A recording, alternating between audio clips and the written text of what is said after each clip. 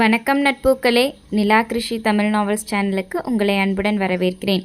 கதையை பற்றின கருத்துக்களை கண்டிப்பாக தெரிவியுங்க. அண்ட் கதை பிடிச்சிருந்தா வழக்கம் போல் please like, share and subscribe. Okay, கதைக்குள்ளே போவோம். மோகத்தில் தத்தளிக்கும் நிலவே. அத்தியாயம் 35. அன்று மாலை சற்று நேரமாகவே கைல்விழியை அழைத்துச் செல்ல வந்துவிட்டான் நிரஞ்சன். மரத்தடியில் தனது காரில் சாய்ந்தபடி கை கட்டி கொண்டு நின்றிருந்த கணவனை கண்டவுடன் மகிழ்ச்சியுடன் ஓடி வந்தாள். சீக்கிரமே வந்துட்டீங்க? ஆர்வமாய் வினவியலுக்கு காலையில் நிகழ்ந்த சம்பவங்கள் நினைவுக்கு வர மறைந்து கொண்டிருந்த அந்திவானத்துக்கு இணையாய் முகம் சிவந்து போனது. நீதான் காலையிலேயே மாயப்பொடி போட்டுட்டியே, என்னால் ஹாஸ்பிட்டலில் இருக்கவே முடியல. சீக்கிரமாக ஓபி முடிச்சுட்டு ஓடி வந்துட்டேன். சிறு வெட்க புன்னகையுடன் கூறியவனின் மனதிலும் காலை களியாட்டத்தின் நினைவுகள்தான். ஒன்றும் பேசாமல் அவள் காரில் ஏறி அமர அவன் காரை கிளப்பினான். வீட்டுக்கு வந்தவர்களை வைதேகி கேள்வியுடன் நோக்கினார். ஏண்டா, கல்யாண நாள் அதுவுமா? வெளியில் எங்கேயாவது போயிட்டு வர வேண்டியது தானே, இப்படி உடனே வீட்டுக்கு வரணுமா? இதோ கிளம்பி வெளியே தான் போக போகிறோம். அன்னைக்கு பதில் கூறியவன் மனைவியை அழைத்து கொண்டு மாடியேறினான். குளியலறைக்கு சென்று தன்னை சுத்தப்படுத்தி கொண்டு வந்தவளின் கையில் அவன் ஒரு பரிசை திணித்தான். இது செகண்ட் சர்ப்ரைஸ். அவன் கண் சிமிட்ட ஆர்வமுடன் அதை வாங்கி பிரித்து பார்த்தவளின் விழிகள் ஆச்சரியத்தில் விரிந்தது. மெல்லிய இளம்பச்சை வண்ணத்தில் ஆங்காங்கே முத்துக்களும் கற்களும் பதிக்கப்பட்ட டிசைனர் புடவை. வாவ், ரொம்ப அழகாக இருக்குது ரஞ்சு. உங்கள் ரசனையே ரசனை தான் போங்க. பின்ன உன்னை செலக்ட் பண்ணினதிலிருந்தே தெரியலையா? காலரை தூக்கி விட்டு கொண்டவன், ஓகே, இதை கட்டிட்டு ரெடியாக வெளியே போயிட்டு வரலாம் என்றபடி டவலை எடுத்துக்கொண்டு குளியலறையை நோக்கி நகர்ந்தவன் பின் ஏதோ ஞாபகம் வந்தவனாய் நின்று, புடவை கட்ட தெரியுமா, இல்லை நான் ஹெல்ப் பண்ணட்டுமா என்று வினவினான். அதெல்லாம் அப்பவே பழகிட்டேன். உன்னை யார் பழக சொன்னது? அதுதான் கட்டிவிட நான் இருக்கேன்ல. செல்லமாய் முறைத்தவனை கண்டு பழிப்பு காட்டியவள், முதல்ல போய் குளிச்சுட்டு வாங்க டாக்டர், ரொம்ப அழுக்கா இருக்கீங்க. அவள் அழுத்தம் கொடுக்க, குளிச்சுட்டு வந்து நான் தான் கட்டிவிடுவேன், வெயிட் பண்ணு என்றபடியே உள்ளே நுழைந்து கொண்டான். கணவன் கூறியது போல் அவள் காத்திருக்கவில்லை. அவன் உள்ளே நுழைந்தவுடன் இவள் இங்கே புடவை கட்ட ஆரம்பித்து விட்டாள். காலையிலேயே குளிக்க வைக்கிறேன் பேர்வழி என்று அவன் அலிச்சாட்டியம் செய்ததில் 1 மணி நேரம் தாமதமாகத்தான் கல்லூரிக்கு சென்றிருந்தாள். இப்பொழுதும் வந்து ஏதாவது சீண்டி வைத்து விட்டால் உணர்வுகளின் பிடியிலிருந்து அவள் வெளியே வருவதற்குள் விடிந்தே விடும். எனவே அவசர அவசரமாக தயாராகினாள். இவன் வெளியே வந்தபோது முழுதாக தயாராகி விரிந்திருந்த கூந்தலை இருபுறமும் எடுத்து கிளிப்பில் அடக்கி கொண்டிருந்தாள். நான் வர்றேன்னு சொன்னேனல்லடி. வேகமாக அருகே நெருங்கியவன் தெரிந்த இடைவெளியில் கைவிட்டு இடையை நறுக்கென்று கிள்ளி வைக்க துள்ளி விலகியவள், ஆமா, நீங்க வந்து நான் எப்போ ரெடியாகிறது? காலையிலேயே குளிக்க வைக்கிறேன்னு என் உதட்டை பிடிச்சு கடிச்சு வச்சிட்டீங்க. முணுமுணுத்தவள் கண்ணாடியில் தெரிந்த பிம்பத்தில் உதடு சுருக்கி ஆராய உண்மையிலுமே காயம்தான். மென்மையாக ஆரம்பித்த இதழ் முத்தத்தை நேரமாக உணர்வுகளின் பிடியில் சிக்கி வன்மையான இதழ் யுத்தமாக மாற்றியது அவன்தானே. எனவே சிறு சங்கடத்துடன் பின்னந்தலையை கோதிக்கொண்டான். சாரி பேபி, வலிக்குதா? நான் வேணும்னா ஏதாவது மருந்து தரட்டுமா?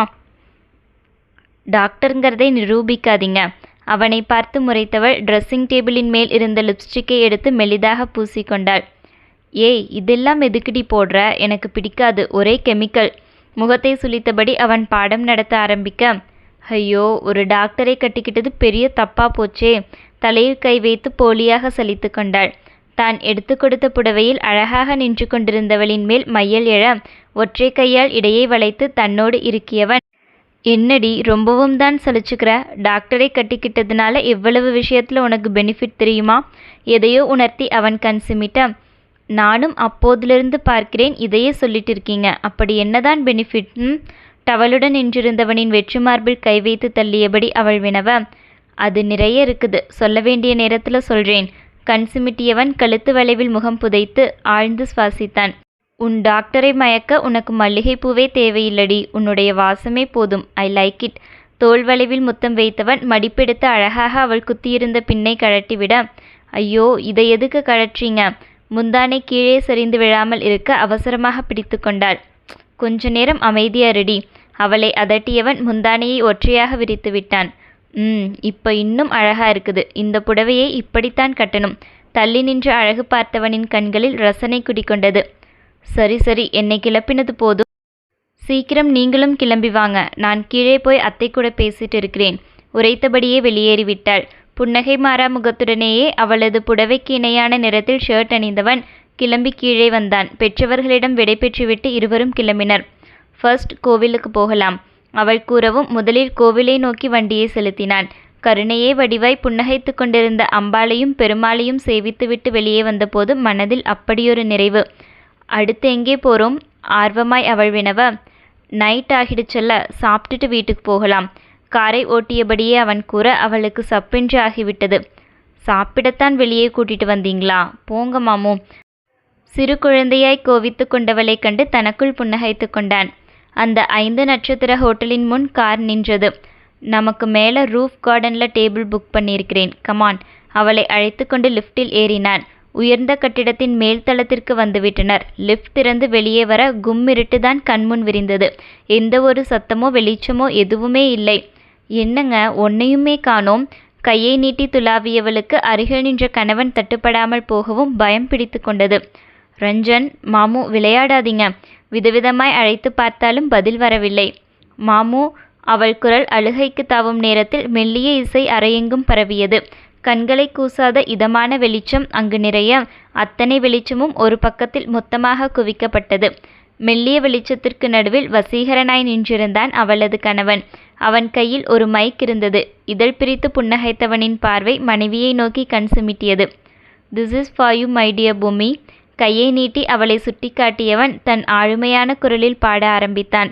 உன்னை கண்ட நாள் முதல் என் தூக்கம் போனது, தூங்கினாலும் உன்முகம் என்னென்று சொல்வது, விழுந்தாய் என் விழியில், கலந்தாய் என் உயிரில் நொடியில். அந்த மருத்துவனுக்குள் இப்படியொரு பாடகன் ஒளிந்திருப்பான் என்று அவள் கனவில் கூட நினைத்ததில்லை. அவளையே நோக்கிய பார்வையிலும் அவளுக்காக ஒலித்த குரலிலும் அப்படியொரு காதல். இனது தோளில் தலையை சாய்த்து நெருங்கி நீ வாழ வேண்டும், பிரிந்து நீயும் நடக்கும்போது என் இதயம் காயம்படும். அவன் தனது ஆசைகளை ஒவ்வொன்றாக அடுக்க ஆரம்பித்தான். அந்த இதய நிபுணனின் இருதயம் அவளுக்காகத்தான் துடிக்கிறது என்பதை உணர்த்தினான். சிரித்து பேசும் உனது வார்த்தை தினமும் நான் கேட்க வேண்டும், உறவு என்று எவருமில்லை, என் உலகம் நீயாகிடும். எனக்காக ஒரு லவ் சாங் பாடுங்க. அவள் ஓயாமல் கேட்டதற்கு பதிலளிக்கும் விதமாய் தன் உள்ளத்து காதல் மொத்தத்தையும் கொட்டிக் கொண்டிருந்தான். அவனது காதலை உணர்த்துவதற்கு இதைவிட ஒரு பாடல் கிடைக்கும் என்று இருவருக்குமே தோன்றவில்லை. இதயம் தன்னில் அறைகள் 4, எனக்கு நீ மட்டும் வேண்டும், தரையின் மேலே நிழலை போலே இணைந்து நாம் வாழணும், உதடுகள் சிரிக்கிறேன், உனக்கென இருக்கிறேன், நெஞ்சில் சுமக்கிறேன். ஒற்றை கையை விரித்து பாடியவன் உதிர்த்த ஒவ்வொரு வரிகளும் உண்மையானதல்லவா? முதலில் அவளை கண்டு காதலில் விழுந்து இதய சிகிச்சை நிபுணனும் தன் இதயத்தை இழந்து அவள் இதயத்தையும் தன்னோடு கலந்து உரிமையோடு திருமண பந்தத்திலும் இணைந்து அதன் பிறகும் கூட அவள் உணர்வுகளுக்கு மதிப்பு கொடுத்து தன் உணர்வுகளுக்கு விளங்கிட்டு இப்படி அவன் செய்த ஒவ்வொன்றிலும் தெரித்து விழுந்தது என்னவோ அவள் மீதான காதல் மட்டும்தான். இப்படிப்பட்ட காதலை பெற அவள் கொடுத்துதான் வைத்திருக்க வேண்டும். இதழில் உறைந்த புன்னகையுடன் பார்த்து கொண்டிருந்தவளின் விழிகளிலிருந்து 2 சொட்டு கண்ணீர் வழிந்தது. அவனுடைய காதலுக்கு அவள் தரும் காணிக்கையது. பாடி முடிய சுற்றியிருந்தவர்களின் கரகோஷம் அறையெங்கும் நிறைந்தது. அவள் காதில் எதுவுமே விழவில்லை. 2 கைகளையும் விரித்து கண்களால் அழைத்த கணவன் மட்டும்தான் தெரிந்தான். புன்னகையுடன் விழிநீரும் கைகோர்க்க ஓடிச் சென்று அவன் மார்பில் விழுந்தாள். லவ் யூ மாமு. ஒவ்வொரு முறையும் உங்க காதலுக்கு முன்னாடி நான் தோத்துதான் போறேன். பட் சுகமான தோல்வி. விரும்பியே உங்க காதலுக்கு முன்னாடி மண்டியிடுறேன் மாமு. லவ் யூ டாக்டர் புருஷா. சுற்றி யார் இருப்பதை பற்றியும் அவள் கவலைப்படவில்லை. சகட்டு மேனிக்கு இழுத்து வைத்து அவன் கன்னம், நெற்றி, மூக்கு என முத்தம் பதித்து கொண்டே இருந்தாள். ஹே விடு பேபி, எல்லோரும் பார்க்கிறாங்கடி. சங்கடமாக நெளிந்தவனின் கன்னம் பற்றி தன்னை காணச் செய்தவள். யார் பார்த்தால்தான் எனக்கென்ன, என் புருஷனை நான் கிஸ் பண்றேன். அவன் மூக்கை பிடித்து இழுத்து நெற்றியில் முத்தம் வைத்தவளின் கண்ணீர் மட்டும் நிற்கவே இல்லை. கிஸ் பண்ணிக்கோ பேபி, நோ ப்ராப்ளம். பட் அழ மட்டும் செய்யாதே, உன் மாமுவால தாங்கிக்க முடியாது. கன்னத்தில் வழிந்த கண்ணீரை சுண்டிவிட்டான். அழகான காதல், ஹாப்பி ஆனிவர்சரி.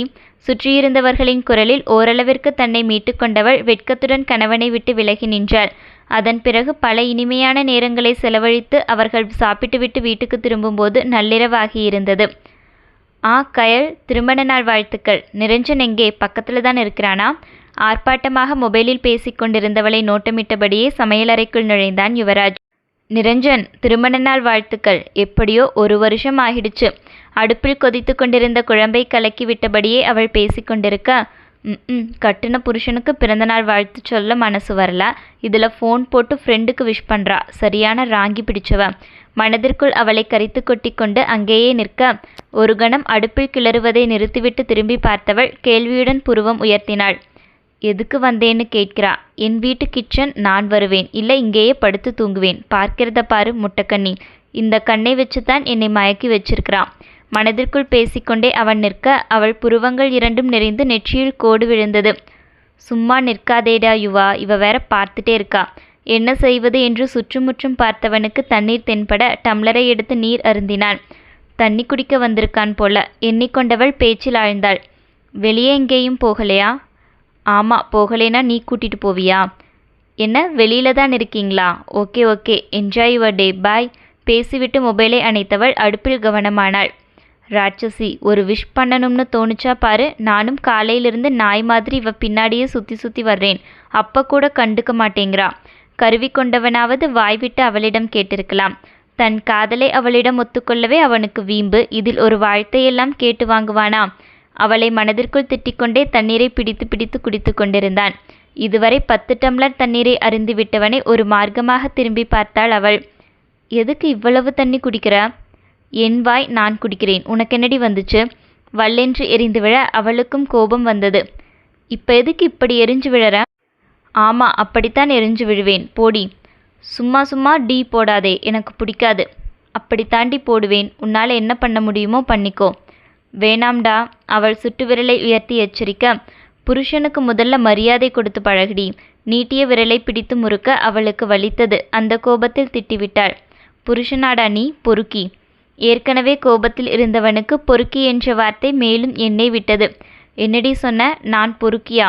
கையை பிடித்து பின்பக்கம் முறுக்கியவன் அவளை தன் உடலோடு அழுத்தி நகர்த்தி சென்று சுவற்றில் சாய்த்தான்.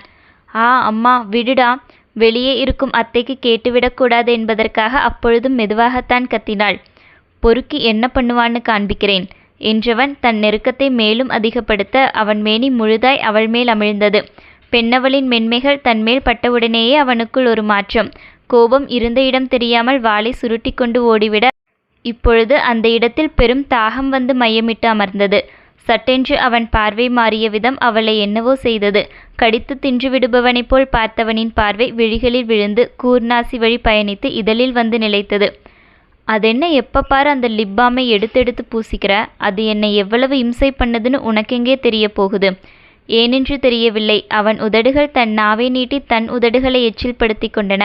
அவனது பேச்சும் பார்வையும் அவளது உணர்வுகளுக்கும் தீமூட்ட மெல்ல எச்சில் கூட்டி விழுங்கிக் கொண்டாள். அவளது பார்வையும் அவன் உதடுகளில் மேல்தான் நிலைத்திருந்தது. என்னடி அப்படி பார்க்கிற? வேணுமா? அவன் புருவம் உயர்த்த, சி. வெறுப்புடன் முகத்தை திருப்பிக் கொண்டாலும் அவள் மனதில் வெறுப்பில்லை. என்னை விடுடா. அவள் திமிர. இப்பொழுது அவன் பார்வை இதழ்களை விட்டு மேலும் கீழிறங்கியது. சுடிதார் அணிந்திருந்தவள் சமைக்கும் காரணத்தினால் துப்பட்டா அணியாமல் விட்டிருக்க, இறக்கம் வைத்து தைக்கப்பட்டிருந்த அந்த சுடிதார் அதன் வேலையை காட்டியது. வெட்கமில்லாமல் நிறுத்தி நிதானமாய் மேய்ந்த அவனது பார்வையை அவள் கண்டு கொண்டாள். நீ பொறுக்கிதாண்டா. என்னை விடு. மீண்டும் திமிர. சும்மா ஆடி ஆடி ஃப்ரீ ஷோ காண்பிக்காதேடி. எனக்கொன்னும் இல்லை. அன்னைக்கு மாதிரி பார்த்துட்டு போயிட்டே இருப்பேன். அவன் நினைவுபடுத்தியதில் அவள் முகமே சிவந்து விட்டது. இதென்ன இப்படி சிவக்குது? கோபத்திலேயா இல்லை நாணத்திலேயா? பின்னால் பிடித்து கொண்டிருந்த அவளது கரத்தை விடுவித்தவனின் கரம் மெல்ல உயர்ந்து அவள் முகவடிவை அளந்தது. இதயம் எகிரி குதிக்க விழிகளை விரித்தவள் அப்படியே சிலையாய் சமைந்தாள். கணவனின் இந்த முகம் அவளுக்கு புதிதல்லவா? அவன் கண்களில் வழிந்த மோகம், ஏக்கம், தாபம் அவளை என்னவோ செய்தது. மெல்ல அவன் அவளது இதழ்களை நோக்கி குனிய, இதயம் தடுமாற அதிர்ந்தவள் விழிகளை இறுக மூடிக்கொண்டாள். ஆணவனின் தாப மூச்சுக்காற்று வந்து அவள் இதழ்களில் மோதியது. அதை அவளால் உணர்ந்து கொள்ள முடிந்தது. இரு இதழ்களும் பின்னிக்கொள்ளும் நேரம் அவனது பார்வை சட்டென்று அவள் விழிகளில் படிந்தது.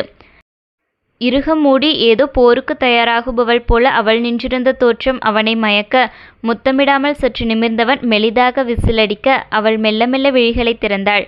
பார்வை அவனையும் அவன் உதடுகளையும் மாறி மாறி பார்த்து வைத்தது. என்ன, வசீகரமாய் ஒற்றை புருவத்தை உயர்த்தியவன் விசிலெடுப்பதை மட்டும் நிறுத்தவில்லை. அந்த முகம், அந்த கணம் அவள் இதயத்தில் கல்வெட்டாய் பதிந்து போனது என்பதுதான் உண்மை. மயக்கும் அழகன்தான். அவள் மனம் உடனேயே சான்றிதழ் வழங்கி கொண்டது. புருஷனுக்கு பர்த்டே விஷ் பண்ணணும்னு தோணவே இல்லைல்ல? நீ முதல்ல எனக்கு விஷ் பண்ணனியா? மூக்கை உறிஞ்சி அவனை முறைத்தவள் நெஞ்சில் கை வைத்து தள்ளிவிட, என்னடி உளர்ற? கேட்டுக்கொண்டே இருவருக்குமான இடைவெளியை குறைத்தவன் அவள் இருபக்கமும் சுவரில் கையூன்றி அவளை சிறை செய்தான். உனக்காகத்தான பார்த்து பார்த்து சமைச்சு தர்றேன். ஒரு நாளாவது உன் சமையல் நல்லா இருக்குதுன்னு என்னை பாராட்டியிருக்கிறியா? இதில் நான் உனக்கு பர்த்டே விஷ் வேற பண்ணணுமா? என்னடி உளறிட்டு இருக்க? எனக்கு விவரம் தெரிஞ்ச வயசுலேருந்து நீ எனக்கு சமைச்சு கொடுத்துட்டு தான் இருக்க. இதுவரைக்கும் நான் உன்னை பாராட்டினதே இல்லையே, இப்போ மட்டும் எதுக்கு புதுசாக கேட்கிற? அவனுக்கு உண்மையிலுமே பெண்களின் இந்த மெல்லிய உணர்வுகள் பிடிபடவில்லை. மனைவி என்பவள் சமைத்தால் அருமையாக இருக்கிறது என்ற பாராட்டையெல்லாம் கணவனிடமிருந்து எதிர்பார்ப்பாள் என்பதெல்லாம் அவனுக்கு விளங்கவில்லை. அதைத்தான் நானும் கேட்கிறேன். இன்னைக்கு காலையில் கூட உனக்கு பிறந்த நாள்னு பால் கேசரி செய்தேன். ஒரு வார்த்தை அந்த கேசரி எப்படி இருக்குதுன்னு சொன்னியா?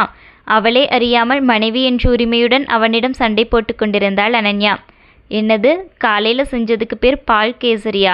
நான் ஏதோ உப்புமால உப்புக்கு பதிலாக சர்க்கரையை போட்டு வச்சோயோன்னு நினைச்சேன். முகத்தை அஷ்டகோணலாக மாற்றி சீரியஸாக கூறிவிட்டு அவளது முறைப்பை வாங்கி கட்டி கொண்டான். அடே யுவி, முறைக்கிறாள்டா, சமாளி. தனக்குள் பேசிக்கொண்டவன் வெளியே, இப்போ உனக்கு என்ன பிரச்சனை? நான் உன் சமையலை பாராட்டலைங்கிறது தான் பிரச்சனையா? சரி விடு, இனி நீ சுடுதண்ணி வச்சா கூட பாராட்டேன், போதுமா? இனியாவது எனக்கு விஷ் பண்ணலாமே. மனைவியின் வாயிலிருந்து வரும் ஒற்றை வார்த்தைக்காக அவன் கெஞ்சிக் கொண்டிருந்தான். அந்த மனைவிக்கு அதெல்லாம் புரியவில்லை. தன் நிலையிலேயே நின்றவள் அவனை பார்த்து முறைத்துவிட்டு திரும்பிக் கொண்டாள். சோ, நீ சொல்ல மாட்ட?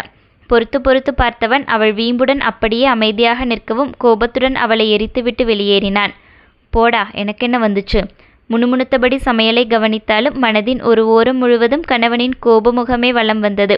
எப்படியோ சமைத்து முடித்தவள் டைனிங் டேபிளில் அனைத்தையும் எடுத்து வைத்துவிட்டு தனது அத்தையை அழைக்க, இதோ வர்றேன்மா என்றவர் கீழிருந்தபடியே மேலே மகனின் அறையை பார்த்து குரல் கொடுத்தார். யுவி, சாப்பிட்டுட்டு போய் தூங்கு, டிஃபன் ரெடியாகிடுச்சு. அன்னையின் அழைப்பிற்கு, எனக்கு பசிக்கல, நீங்கள் சாப்பிடுங்க என்ற பதில்தான் வந்தது. பசிக்கலையா? நைட் சாப்பிடாம தூங்க மாட்டானே, இவனுக்கு என்னாச்சு? புலம்பியபடியே அவர் உணவு மேஜைக்கு விரைந்துவிட அனைத்தையும் கேட்டுக்கொண்டிருந்த அனன்யாவிற்கு அவன் ஏன் சாப்பிட வரவில்லை என்பது உரைத்தது. அவன் இல்லாமல் அவளுக்கும் சாப்பாடு இறங்கவில்லை. அத்தைக்கு மட்டும் பரிமாறியவள், நீங்க சாப்பிடுங்க அத்தை, நான் போய் உங்க பையனை கூட்டிட்டு வர்றேன் என்றபடி மாடியேறி விட்டாள். நல்ல பிள்ளைங்க. தனக்குள் சிரித்து கொண்டவர் அவர்களை கண்டு கொள்ளாமல் தன் உணவில் மூழ்கினார். தொடரும்.